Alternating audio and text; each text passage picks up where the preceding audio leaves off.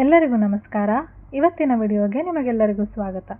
ಇಂದಿನ ವಿಡಿಯೋದಲ್ಲಿ ನಾವು ಮ್ಯಾಥ್ಸ್ ಸಬ್ಜೆಕ್ಟ್ನ test for divisibility of numbers ಎಂಬ ವಿಷಯದ ಬಗ್ಗೆ ಅಧ್ಯಯನ ಮಾಡ್ತಾ ಇದ್ದೀವಿ. ಯಾವುದೇ ಒಂದು ನಂಬರ್ ಇನ್ನೊಂದು ಸರ್ಟನ್ ನಂಬರಿಂದ ಭಾಗ ಹೋಗ್ತದೆಯೋ ಇಲ್ಲೋ ಎಂಬುದನ್ನು ನಾವು ಈಸಿಯಾಗಿ ಹೇಗೆ ಫೈಂಡ್ ಮಾಡ್ಬೋದು ಅನ್ನೋದು. First one, divisibility by 2. ಯಾವುದೇ ಒಂದು ನಂಬರು 2 ಇಂದ ಭಾಗ ಹೋಗ್ತದೆಯೋ ಇಲ್ಲೋ ಅನ್ನೋದನ್ನು ನಾವು ಹೇಗೆ ಫೈಂಡ್ ಮಾಡ್ಬೋದು? A number is divisible by 2 if it has any of the digits 0, 2, 4, 6 or 8 in its ones place. ಯಾವುದೇ ಒಂದು ಸಂಖ್ಯೆಯ ಬಿಡಿ ಸ್ಥಾನದಲ್ಲಿ 0, 2, 4, 6, 8 ಎಂಬ ಸಂಖ್ಯೆ ಇದ್ದರೆ ಅದನ್ನು ನಾವು ಈಸಿಯಾಗಿ 2ರಿಂದ ಭಾಗ ಹೋಗುತ್ತದೆ ಅಂತ ಹೇಳ್ಬೋದು. For example 2410. ಸೊ ಇಲ್ಲಿ ಒನ್ಸ್ ಪ್ಲೇಸಲ್ಲಿ ಬಿಡಿ ಸ್ಥಾನದಲ್ಲಿ 0 ಇದೆ, ಸೊ ಇದು ಡಿವಿಸಿಬಲ್ ಬೈ 2. 4356 ಬಿಡಿ ಸ್ಥಾನದಲ್ಲಿ 6 ನಂಬರ್ ಇದೆ, ಸಮ ಸಂಖ್ಯೆ ಇದೆ, ಸೊ ಅವಾಗ ನಾವು ಹೇಳ್ಬೋದು ಈ ಸಂಖ್ಯೆ ಡಿವಿಸಿಬಲ್ ಬೈ 2. 5974 ಒನ್ಸ್ ಪ್ಲೇಸಲ್ಲಿ 4 ನಂಬರ್ ಇದೆ, ಇವನ್ ನಂಬರ್ ಇದೆ, ಸೊ ಈ ನಂಬರ್ ಕೂಡ 2 ಇಂದ ಭಾಗ ಹೋಗ್ತದೆ ಅಂತ ಹೇಳ್ಬೋದು. So it is easy. Next one, divisibility by 3. ಕೊಟ್ಟಿರುವ ಸಂಖ್ಯೆ 3 ಇಂದ ಭಾಗ ಹೋಗ್ತದೆಯೋ ಇಲ್ಲೋ ಅನ್ನೋದನ್ನು ಹೇಗೆ ಫೈಂಡ್ ಮಾಡ್ತೀವಿ? If the sum of the digits is multiple of 3 then the number is divisible by 3. ಕೊಟ್ಟಿರುವ ಸಂಖ್ಯೆಯ ಅಂಕೆಗಳನ್ನು ಕೂಡಿಸಿದಾಗ ಆ ನಂಬರು 3ಯ ಮಲ್ಟಿಪಲ್ ಆಗಿದ್ದರೆ, 3ಯ ಗುಣಕ ಆಗಿದ್ದರೆ ಅದನ್ನು ನಾವು ಹೇಳ್ಬೋದು 3 ಇಂದ ಭಾಗ ಹೋಗ್ತದೆ ಅಂತ. For example 54. So to find it is divisible by 3 or not, we have to first add 5 plus 4.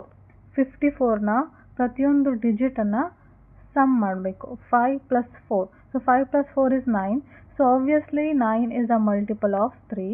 So ಅದರಿಂದ ನಾವು ಹೇಳ್ಬೋದು 54 is also divisible by 3. So ಇನ್ನೂ ಎಕ್ಸಾಂಪಲ್ಸ್ ತಗೊಳ್ಳೋದಾದರೆ, if I take 99, okay, so ಇದು ಡಿವಿಸಿಬಲ್ ಬೈ 3 ಹೌದೋ ಅಲ್ಲ ಅಂತ ಹೇಗೆ ಫೈಂಡ್ ಮಾಡ್ಬೋದು? So take sum of each digit. 9 plus 9. So 9 plus 9 is 18. So 18 ಏನಾಗುತ್ತೆ? ಇದು it is a multiple of 3, ಹೌದಾ? 3ಯ ಟೇಬಲಲ್ಲಿ ನಮಗೆ ಸಿಗುತ್ತೆ. So 99 is a divisible number by 3.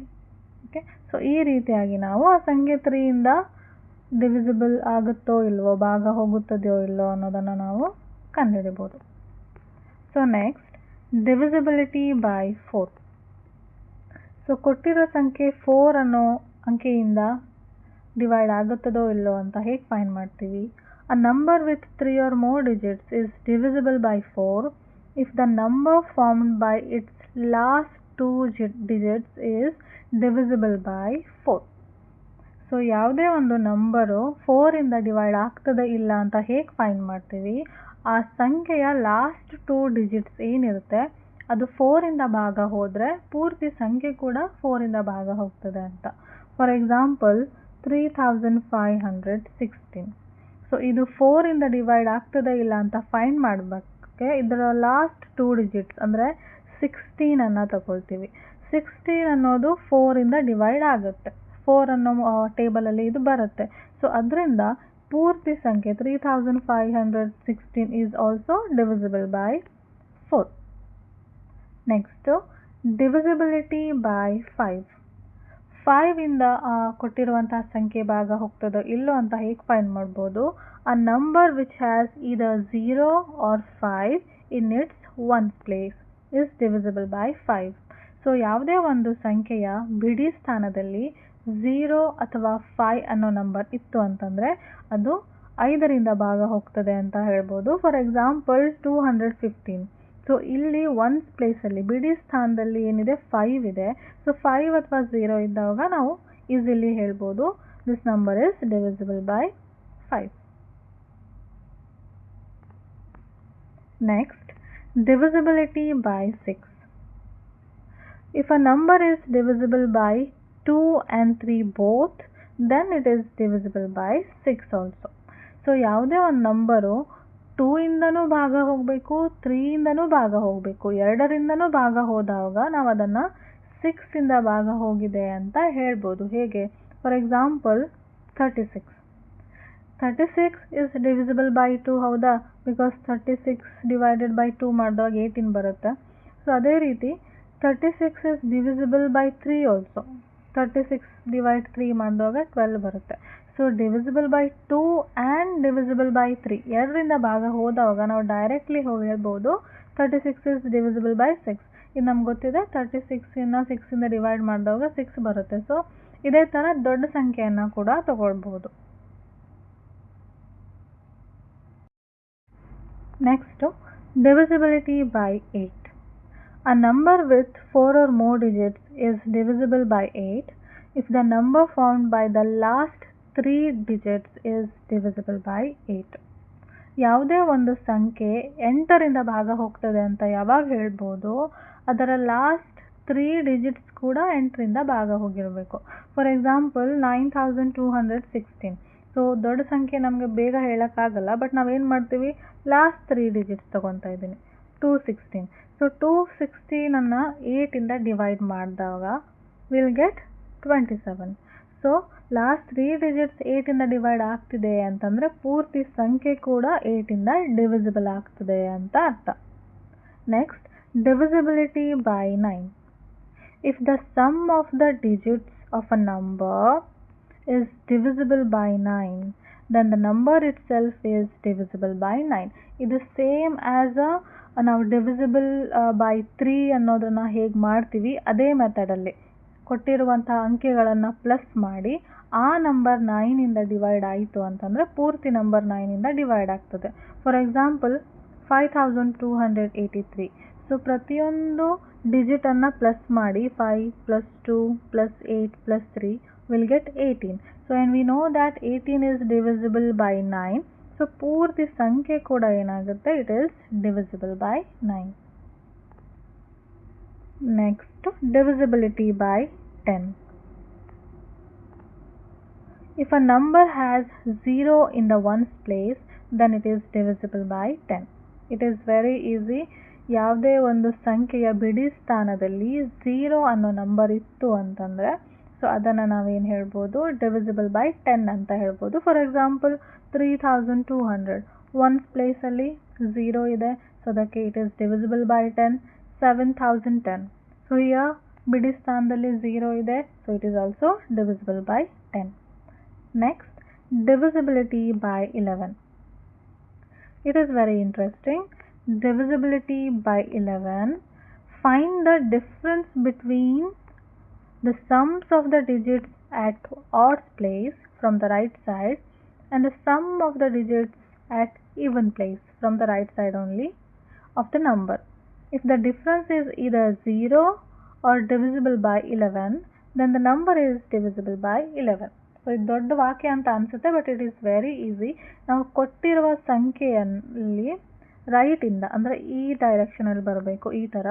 So ಕೊಟ್ಟಿರುವ ಸಂಖ್ಯೆಯಲ್ಲಿ ರೈಟ್ ಡೈರೆಕ್ಷನಿಂದ ಆಡ್ ಪ್ಲೇಸಲ್ಲಿರುವಂಥ ನಂಬರನ್ನು ಬೆಸ ಸ್ಥಾನದಲ್ಲಿರುವಂಥ ನಂಬರನ್ನು ಪ್ಲಸ್ ಮಾಡಬೇಕು, ಆಮೇಲೆ ಸಮಸ್ಥಾನದಲ್ಲಿರುವಂಥ ನಂಬರನ್ನು ಪ್ಲಸ್ ಮಾಡಬೇಕು, ಆಮೇಲೆ ಎರಡರ ಡಿಫ್ರೆನ್ಸ್ ಫೈಂಡ್ ಮಾಡಬೇಕು.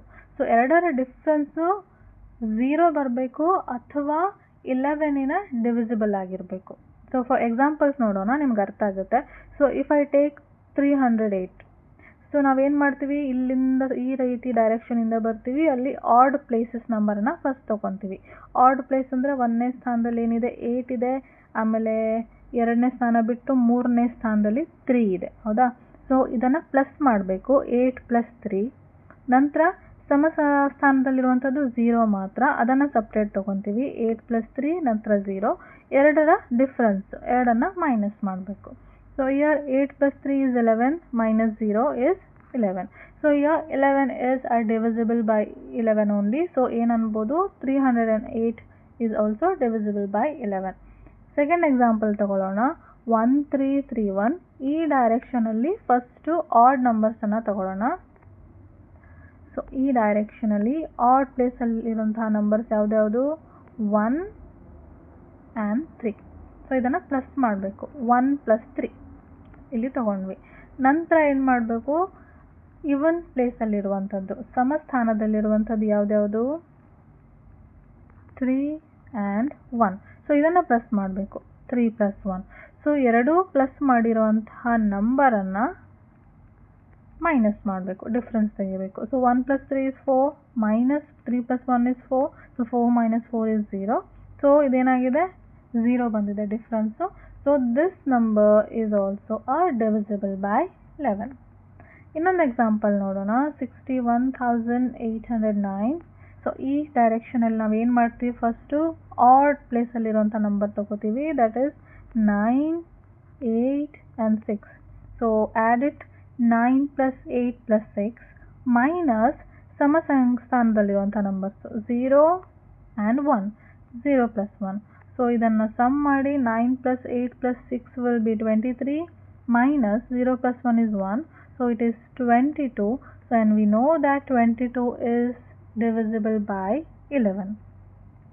ಸೊ ಇದರಿಂದ ನಮಗೇನು ಗೊತ್ತಾಯಿತು, ಯಾವುದೇ ಸಂಖ್ಯೆ ಕೊಟ್ಟಾಗ ಅದು 1ರಿಂದ 11ರವರೆಗೆ ಡಿವಿಸಿಬಲ್ ಆಗ್ತದೆಯೋ ಇಲ್ಲೋ ಅಂತ ನಾವು ಈಸಿಯಾಗಿ ಫೈಂಡ್ ಮಾಡ್ಬೋದು. ಇಫ್ ಆ ನಂಬರ್ ಬಿಗ್ ಆಗಿದ್ದಾಗ, ಸಣ್ಣ ನಂಬರ್ ಇದ್ದಾಗ ನಮ್ಗೆ ಟೇಬಲ್ಸ್ ಬರುತ್ತೆ, ನಾವು ಈಸಿಯಾಗಿ ಫೈಂಡ್ ಮಾಡ್ತೀವಿ. ಇಫ್ ದೊಡ್ಡ ನಂಬರ್ ಇತ್ತು ಅದನ್ನು ನಾವು ಬೇಗ ಫೈಂಡ್ ಮಾಡಬೇಕು, ಇಫ್ ಏನಾದರೂ MCQ ಅಲ್ಲಿ ಕೇಳಿದ್ರು ಅಂತ ಹೇಳಿದ್ರೆ ಈ ರೀತಿಯಾಗಿ ನಾವು ಫೈಂಡ್ ಮಾಡಿ ಟೈಮನ್ನು ಸೇವ್ ಮಾಡ್ಬೋದು. ಇದೇ ರೀತಿಯ ವಿಷಯಗಳನ್ನು ಕಲೀಲಿಕ್ಕೆ ಮುಂದಿನ ವಿಡಿಯೋಸನ್ನು ನೋಡ್ತಾ ಇರಿ. ಚಾನಲನ್ನು ಸಬ್ಸ್ಕ್ರೈಬ್ ಮಾಡಿ. ನಿಮಗೆ ಯಾವ ಟಾಪಿಕ್ ಮೇಲೆ ವಿಡಿಯೋ ಬೇಕು ಅಂತ ನೀವು ಕಮೆಂಟ್ ಕೂಡ ಮಾಡ್ಬೋದು. ಮುಂದಿನ ವಿಡಿಯೋದಲ್ಲಿ ಸಿಗೋಣ. Take care. ಬಾಯ್.